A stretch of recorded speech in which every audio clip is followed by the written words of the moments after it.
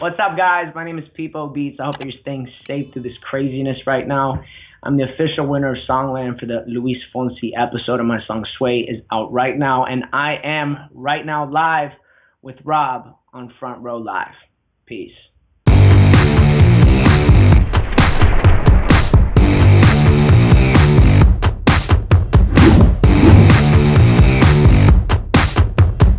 First and foremost, man, congratulations on such a big hit with Songland and Luis Fonsi and Sway. Like, that must feel amazing for you. Thank you so much, Rob. It's been definitely one of the biggest blessings I've ever had. You know, it's amazing to even be here. So I really appreciate you taking the time to interview me on this. Talk to me about that creative process of making that song. And you know, you kind of started working on that song specifically for Fonsi like 3 or 4 years ago. So what was that initial writing process like for you? So one of the biggest things that I want people to understand is how psychotic this whole thing is and how full circle this is, because the story is unreal, which makes me want to bring me to my next question real quick, Rob. How much time do we have? Because I tend to ramble. Man. We got a good 30 minutes today. Okay, so I'll try and concise myself, you know, a little bit. But I wrote this song with the project title Fonsi about 3 years ago. Yeah. Because I heard the song Despacito in 2017 after being so heavily inspired by Andres Torres and Mauricio. I found out that they worked on that project, the producers of Despacito. Right. And I got in touch with the whole concept of Fonsi and creating that song. And the way that it hit was something that I expected, but that had never been done before. It's like the prediction of a gap in the market that I knew somebody would fill, and they did just that. And it inspired me so much to study the way the song was written. So 3 years ago, listening to the beat where it does this thing where it goes doom, da doom, dum doom, da 1 2 3, da doom, dum doom. That I've never heard.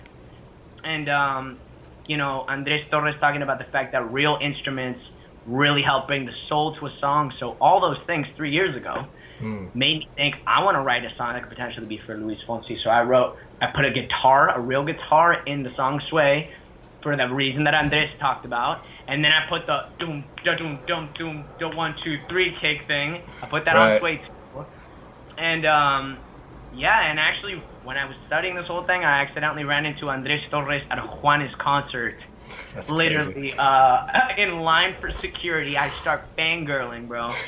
No real words come out of my mouth. I pretty much just said, yo, brother, I've got a song for Fonsi, blah, blah, blah.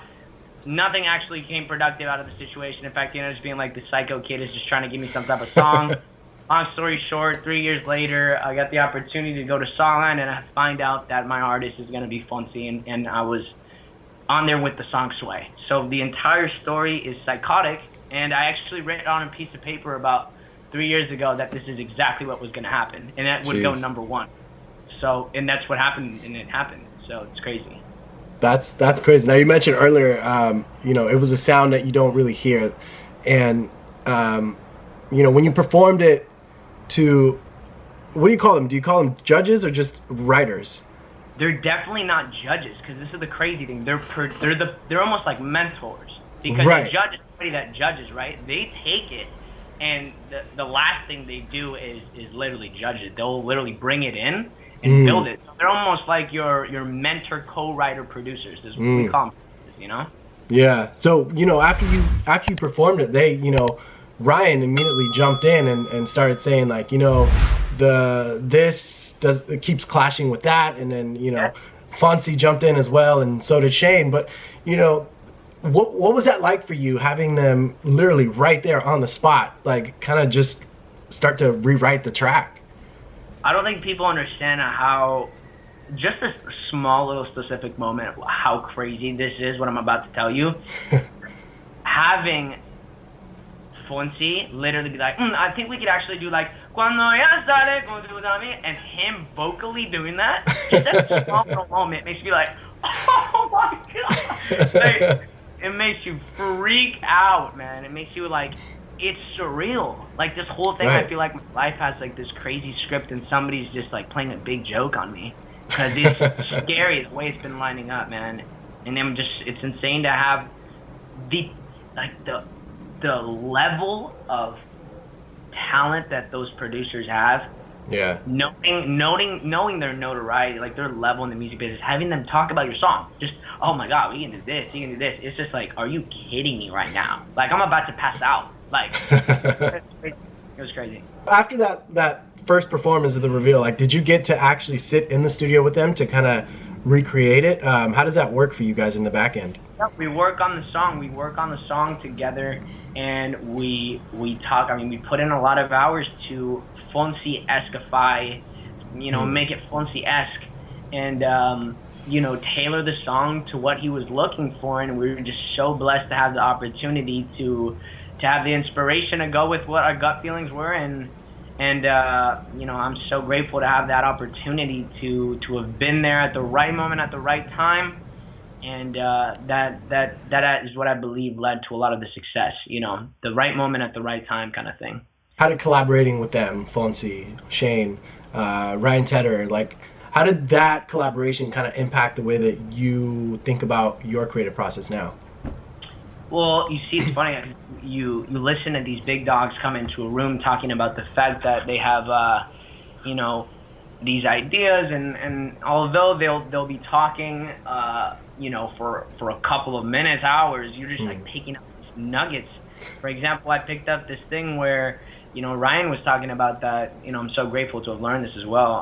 Talking about the fact that you can have a song be less repetitive if you do a structural formatting of BBAB, which means that, because I go sway, sway, sway, sway, whoa, then it sway, sway, sway, sway, whoa, and then it goes again, sway, sway, sway, sway, whoa, and then it goes sway one more time. Right. And he's like, no, what we could do is go sway, sway, sway, da da da da da da da da da da da, and then go B. So then go na na na na na na na na na na na na na. Now bring it back to sway and make it less repetitive. You get what I mean? I get that. He did something similar with the guitar, didn't he? Yeah, he did. But another thing that he was talking about is he's 100% right, and it's crazy because you've heard the song sway so many times before. In my head, I'm thinking I've heard the song sway so many times before that you kind of get accustomed to the way that it sounds. Right. And these big dogs come in here, and having somebody like Ryan be like, yo, you know what? This collides a bit here, and I'm like, oh my gosh, like, you're right, because it's just there's too much percussive things going on with the guitar, because the guitar is going dee dee dee dee dee dee, and my syllables are going ba ba ba ba ba ba ba ba ba ba, so you're going dee dee dee dee dee dee dee. It's just like he was just trying to smooth that out to give it the space that it needed as far as the percussiveness of my vocals with the guitar.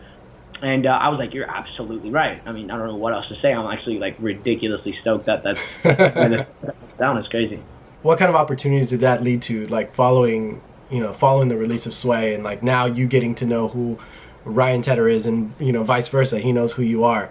So what kind of opportunities do you have now from the show? Well, it just humbles me to be able to know that everything has opened up. I mean, a complete world. I swear to you, I wish I could just like literally take the owners of whoever decided to do this show and take them out to sushi, man. Like, I owe them something. I owe them something, and I owe them something huge, because for them to understand what it's like to give somebody exactly what they've been trying to do for 7 years and give it to them more than to what they would ever ask for is something that there's no way to be able to pay back. And that's exactly what Songland had done for me. And I really hope that they watch this interview so I could really, really say in words, which won't even do it justice, thank you so much. I won't even do it justice, brother. But it's unreal. That's amazing, though, that you kind of have that in the back of your head. Like, it's like, this wouldn't have been possible without them. It wouldn't, in no shape or form would have been possible without them. This whole thing is because of them. Yeah. And like I said, if I ever get the opportunity, dude, I'm having all those guys over for pasta at my house. Cook me, I'll do that. So now that you tackled Luis Fonsi as one of your main artists that you wanted to write for, what other artists are you like thinking about for the future? So, first off, I'd like to say I don't think I'm done with Fonsi. I want to keep him number one. Yes. What I want to do is I'm gonna be extremely excited to be able to. My plan is for, 2020, keep Fonsi definitely up there. But what I also want to do is work with a bunch of other artists, including like J Balvin, Daddy Yankee. Okay. A lot of the guys I used to listen to when I was on the younger, at a younger age, back in the day when I was going to Chile every single summer, and really getting inspired by the Spanish music, and even tackle a bunch of different other genres. I would love to be able to work with Bruno Mars, country artists like Luke Combs. I would love to work with like R&B slower people like John Mayer. Okay. I just love their work and what they've been able to do for my inspiration. I want to throw a super random one at you because I feel like I love random ones, bro. I feel like you can just make some magic happen with it. Mana. You know what's crazy is this? If I get a chance to do something with probably the people, think about this, Mana. If it weren't for the people that were surrounding me at a young age of my Latino family playing these kinds of music, I wouldn't have had anything to start with. So for that to happen, man, I would freak out. Let's put it up in the air. Let's make this happen. I mean, to be honest, what can we not do after what just happened? I mean, it literally just my life unfolded in front of me with exactly what I wanted. Like, we can do anything from here on now. It's crazy. That's right. Now, aside from, what was that? I said, you know what? Let's do this. Let's set a date right now for about a couple months from now for the interview where we talk about the song that Mana just went #1. Let's do that. There we go. Let's make that happen. Now that your episode's done, the single's out, still #1. You also just dropped your music video for "Hate It," your own song.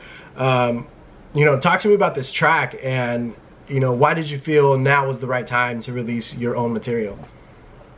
So, I've been working on my own material for about 7 years, and for an album that I just did called Singing Hills has been one of the most emotional albums I've ever written, and the only album I've ever written. I was a single man, like literally singles all the time until this album just became one big piece of art. Right where I'm standing, it was created, and that's here in Florida, Tampa, where I actually came out here. I'm living on a farm right now, and I was out here for about 2 months. Writing the song "Hate It" being through an up and down situation with a relationship, because I was so in love with somebody, having the feeling of being so in love that it makes you uncomfortable because you feel like you have no control and you actually hate that confidence. So I wrote a song called "Hate It," and it was just the way that I felt, and I just felt this gigantic wave of just humility being out here in Florida. I can't hear cars, there's no freeways, just the grass, a guitar and piano, and open fields, and it made me feel like I was in the 70s for some random reason. And what you see in the music video is literally, and I mean literally, the exact description of how this entire thing played out in my brain.